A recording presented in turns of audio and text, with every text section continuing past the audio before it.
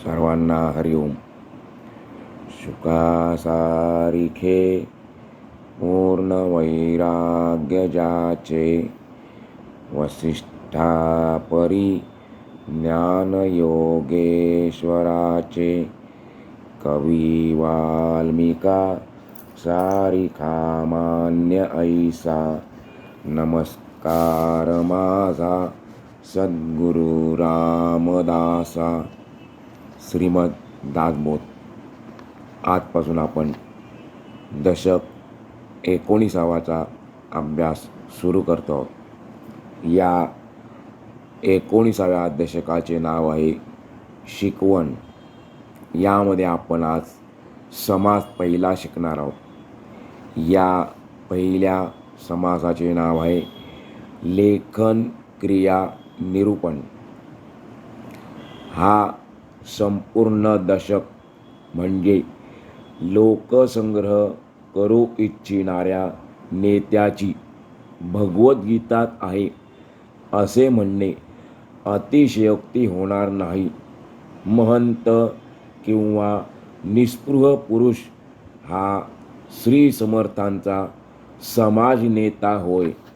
लोकांना संसार व्यवस्थितपणे करायला शिकवणे, नीतिधर्माचे आचरण करायला शिकवणे, समाजासमोर उत्तम व्यक्तिमत्वाचा आदर्श ठेवणे, दुसऱ्याचे दुःख न पाहल्या कारणाने सदैव परोपकार करायला तत्पर राहणे, राजकारण असो, धर्मकारण असो की समाजकारण असो, जीवनाच्या प्रत्येक क्षेत्रामध्ये विवेकाची कास धरणे, वाणीमध्ये म्हणजे बोलण्यामध्ये सतत गोडवा ठेवून जिकडे तिकडे लोकप्रियता जनप्रियत्व संपादन करणे, बहुजनांना भगवंताच्या नामाला लावून, भगवंताच्या भक्ती मार्गाला लावून त्यांना स्वस्वरूप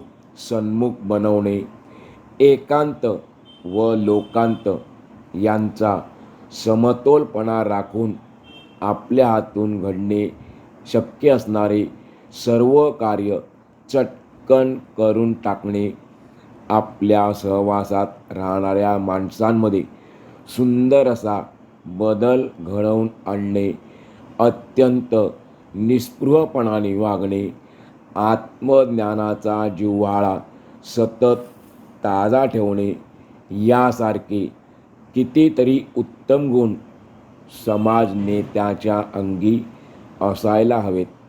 ज्याप्रमाणे एखादा बाप आपल्या मुलाबाळांची सतत काळजी वाहतो, त्याचप्रमाणे श्री समर्थांनी वर्णन केलेला हा समाज नेता अगदी तितक्याच आपुलकीने सर्व लोकांची चिंता वाहतो आणि त्यांची अंतर्बाह्य उन्नती करण्यासाठी विविध प्रकारचे उपाय योजतो. त्याच्याजवळ विद्वत्ता असते, वक्तृत्व कला असते, स्वतः उत्तम वागण्याची त्याला सवय असते. त्यामुळे त्याच्या बोलण्या चालण्यात आपल्याला कोठेही विसंगती, विरोधाभास आढळत नाही. भगवंताच्या पायी स्वतःच्या स्वार्थाची त्याने आहुती दिली असल्याने समर्थांचा नेता कोणाकडेही कधीही काहीही मागत नाही. सर्व लोक सुखी व्हावेत इतकीच कामना शिल्लक राहिलेली असते. मानवी जीवनात जे भव्य आहे, पवित्र आहे, उत्तम आहे, धर्माला अनुसरून आहे आणि मुख्य म्हणजे जे भगवंताला प्रिय आहे तेवढेच करणे त्याला आवडते आणि आयुष्यभर तो लोकांना तेच शिकवतो. स्वामीजी सांगतात, ज्या समाजात असा नेता निर्माण होतो तो समाज प्रगतीच्या मार्गावर त्वरित अग्रेसर होतो.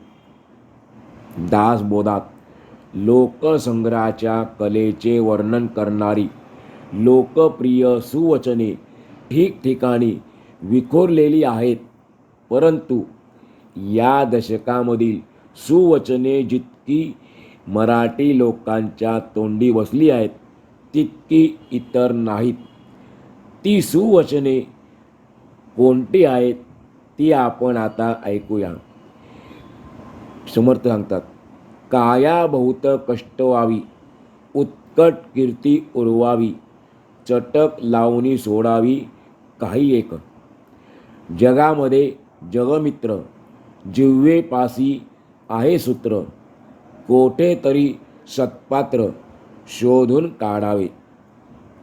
राखावी बहुतांची अंतरे, भाग्य येते तदनंतरे, ऐसी ही विवेकाची उत्तरे ऐकणार नाही.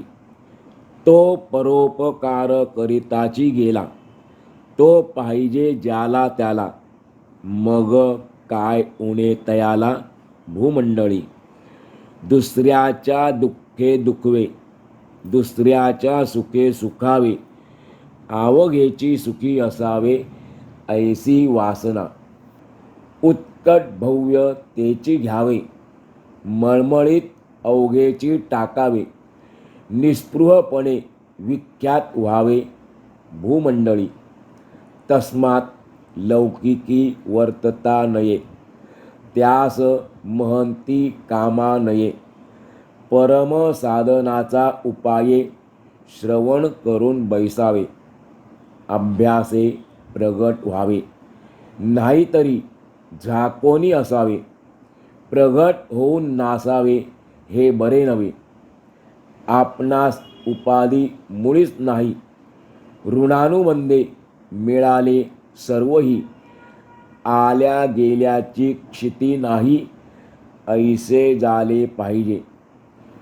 काही गलबला काही निवळ, ऐसा कंठित जावा काळ, जेणेकरिता विश्रांती वेळ आपणासी फावे. जो दुसऱ्यावरी विसावला, त्याचा कार्यभाग बुडाला, जे आपणची कष्टत गेला तोची भला. घटासी आणावा घट, उद्धटासी पाहिजे उद्धट, खटपटासी खटपट अगत्य करी. जितुके काही आपणासी ठावे, तितुके हळूहळू शिकवावे. शहाणे करुनी सोडावे बहुत जन, धक्काधक्कीचा मामला, कैचा घडे अशक्ताला. नाना बुद्धी शक्ताला, म्हणून शिकवाव्या. कीर्ती पाहता सुख नाही, सुख पाहता कीर्ती नाही. केल्याविण काहीच नाही कोठेतरी. संसार मुळीच नासका, विवेके करावा नेटका. नेटका करिता पिका होत जातो. अजून बरीच सुवचने या दशकात आहेत, परंतु आपण निवडक, वेधक, वेचक तेवढी वेचली आहेत. समर्थ सांगतात, मानवी जीवनात ज्ञानाचा प्रसार होण्यासाठी व ते ज्ञान कायमस्वरूपी टिकण्यासाठी लेखन क्रियेचा सर्वांपेक्षा जास्त अधिक उपयोग झालेला आहे.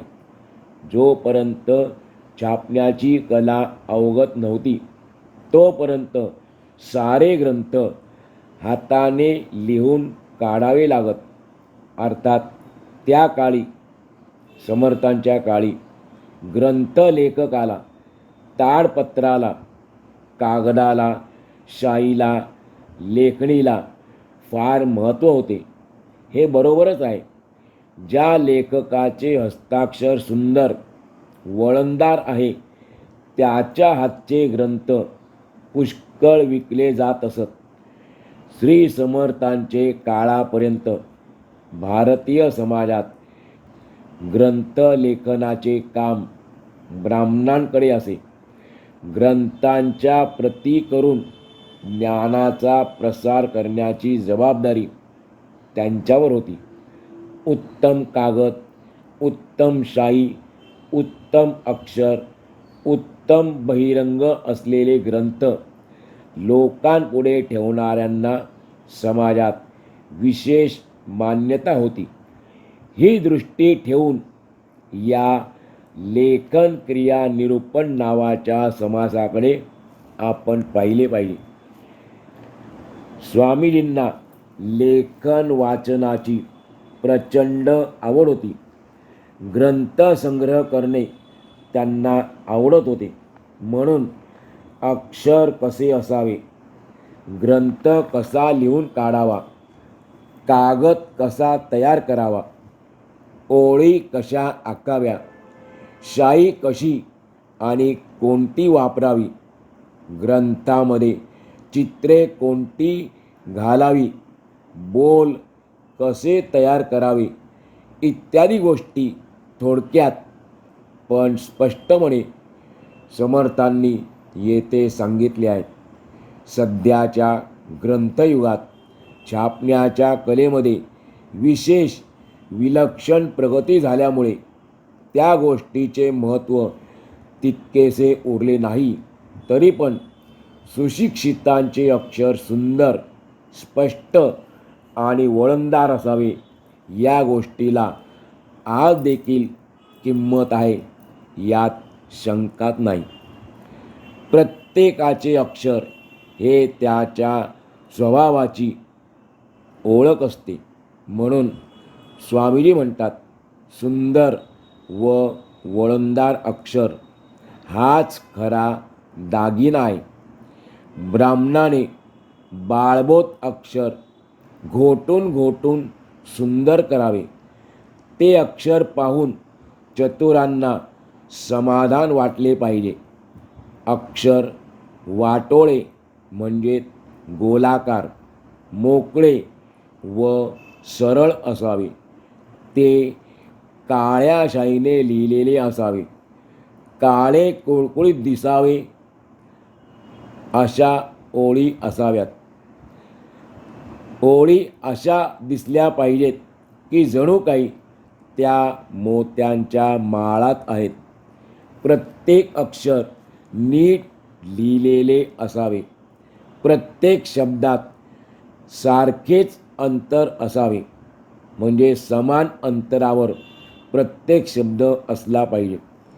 काना व आडव्या मात्रा देखील नीट असाव्यात.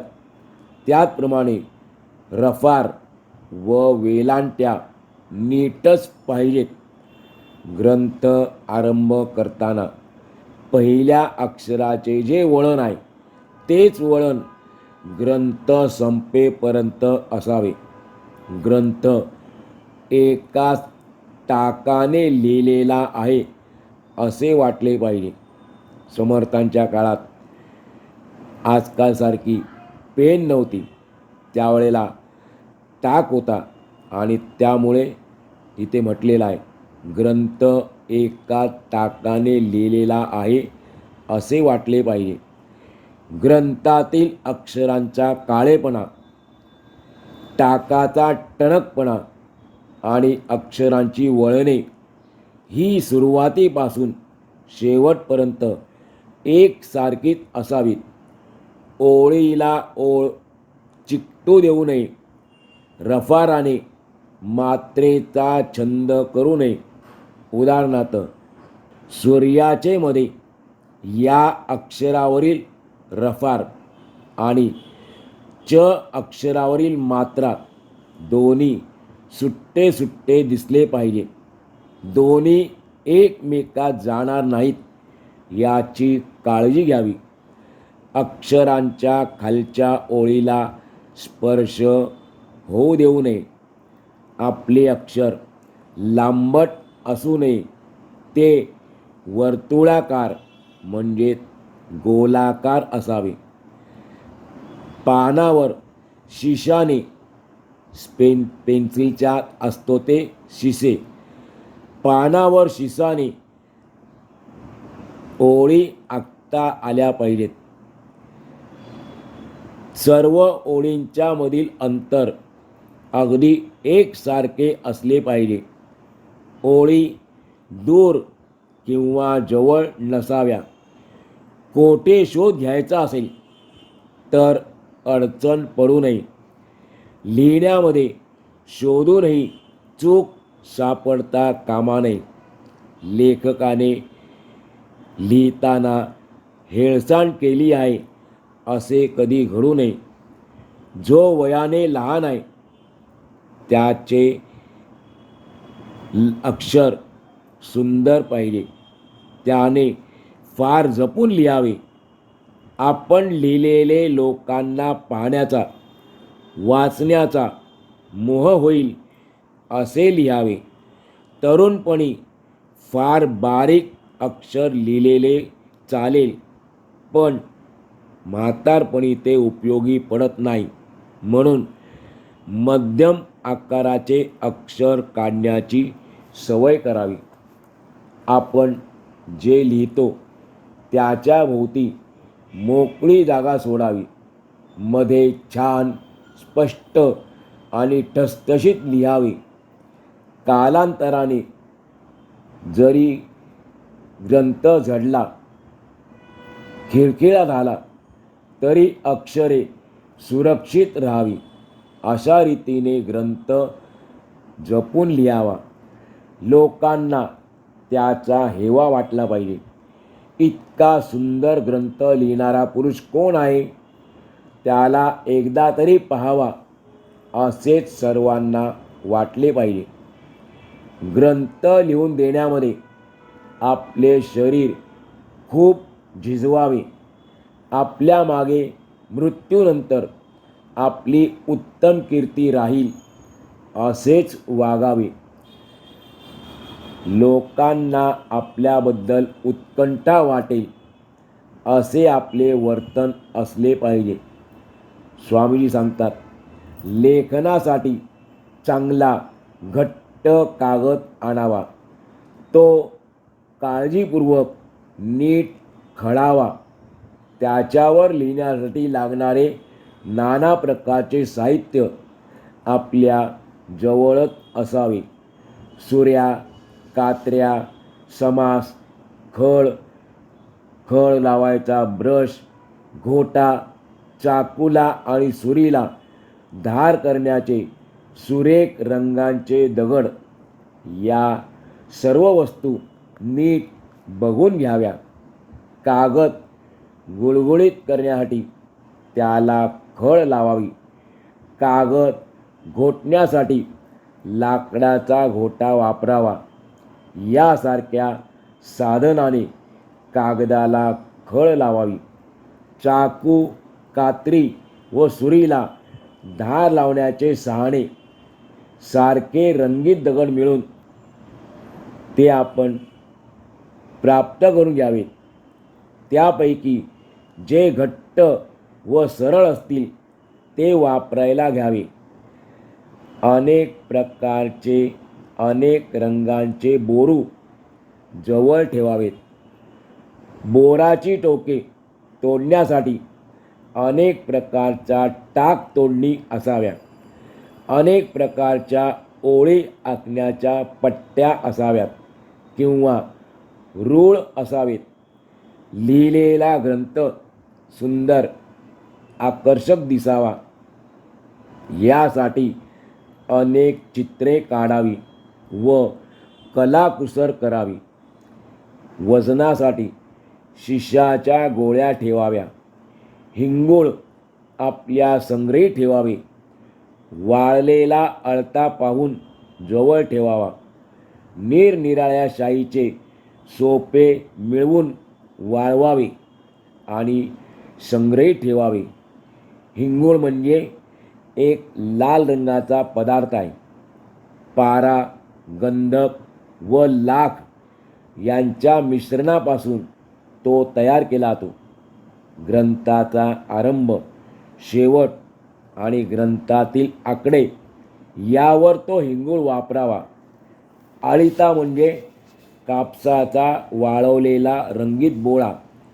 लाखेपासून तयार केलेल्या रंगामध्ये कापसाचा बोळा भिजवून तो वाळवावा.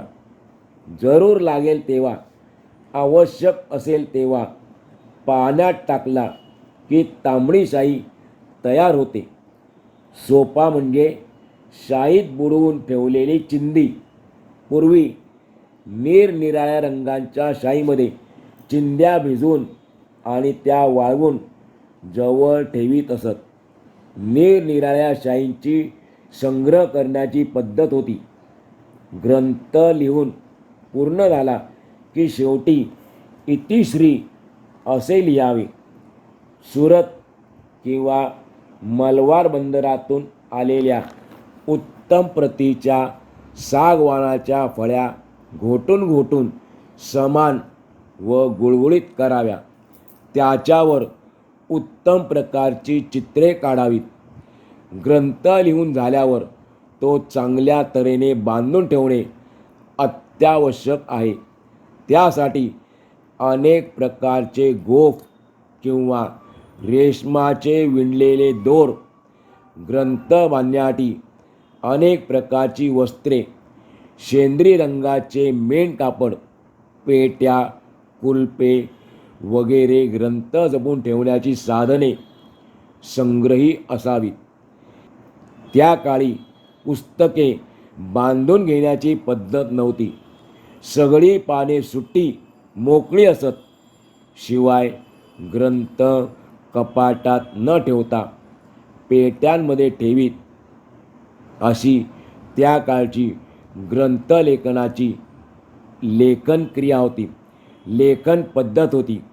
अशा प्रकारे श्री दासबोधाच्या गुरु शिष्य संवादातील 19व्या दशकातील लेखन क्रिया निरूपण नावाचा पहिला समास पूर्ण झाला.